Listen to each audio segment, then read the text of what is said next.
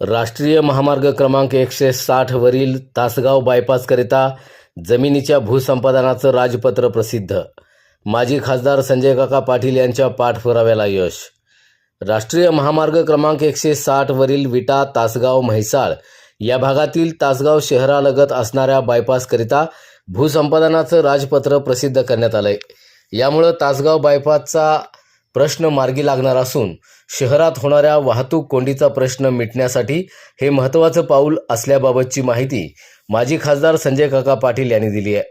माजी खासदार संजय काका पाटील यांनी दिलेल्या माहितीनुसार राष्ट्रीय महामार्ग क्रमांक 160 वरील विटा तासगाव म्हैसाळ या भागातील तासगाव शहरालगत असणाऱ्या 65 किलोमीटर लांबीच्या बायपासकरिता लागणाऱ्या भूसंपादन आणि तो विकसित करण्याकरता निधी उपलब्ध करून मिळण्याकरता केंद्रीय रस्ते विकास आणि परिवहन मंत्री नितीन गडकरी यांच्याकडे पत्रव्यवहार करून पाठपुरावा केला होता.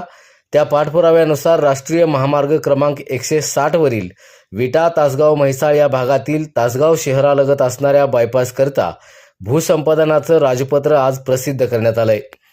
या राजपत्रानुसार आळते, लिंब, विसापूर, शिरगाव, बोरगाव, ढवळी, वंजारवाडी, पानमळेवाडी, वासुंबे, कवठेकंद, तासगाव या गावामधील सुमारे 49 हेक्टर जमिनींच्या भूसंपादन आणि अधिग्रहण करण्याबाबत सूचना प्रसिद्ध करण्यात आलेली आहे. राष्ट्रीय महामार्ग क्रमांक 160 वरील विटा तासगाव म्हैसाळ या भागातील तासगाव शहरालगत असणाऱ्या बायपासकरिता भूसंपादनाचे राजपत्र प्रसिद्ध करण्यात आले आहे. यामुळे तासगाव बायपासचा प्रश्न पूर्णपणे सुटलेला असून शहरात होणाऱ्या वाहतूक कोंडीचा प्रश्न मिटण्यासाठी हे एक महत्वाचे पाऊल आहे आणि महत्वाची गोष्ट शहर आणि शहरातून जाणाऱ्या सगळ्या वाहन मालकांसाठी किंवा शहरातल्या लोकांसाठी अतिशय चांगली गोष्ट झालेली आहे. तेव्हा या कामामध्ये गडकरी साहेबांनी जो रस्ता आपण मंजूर करून घेतला तो तासगाव शहरालगतच्या बायपाससाठी सुद्धा आपण त्यावेळी करून घेतलेलं होतं.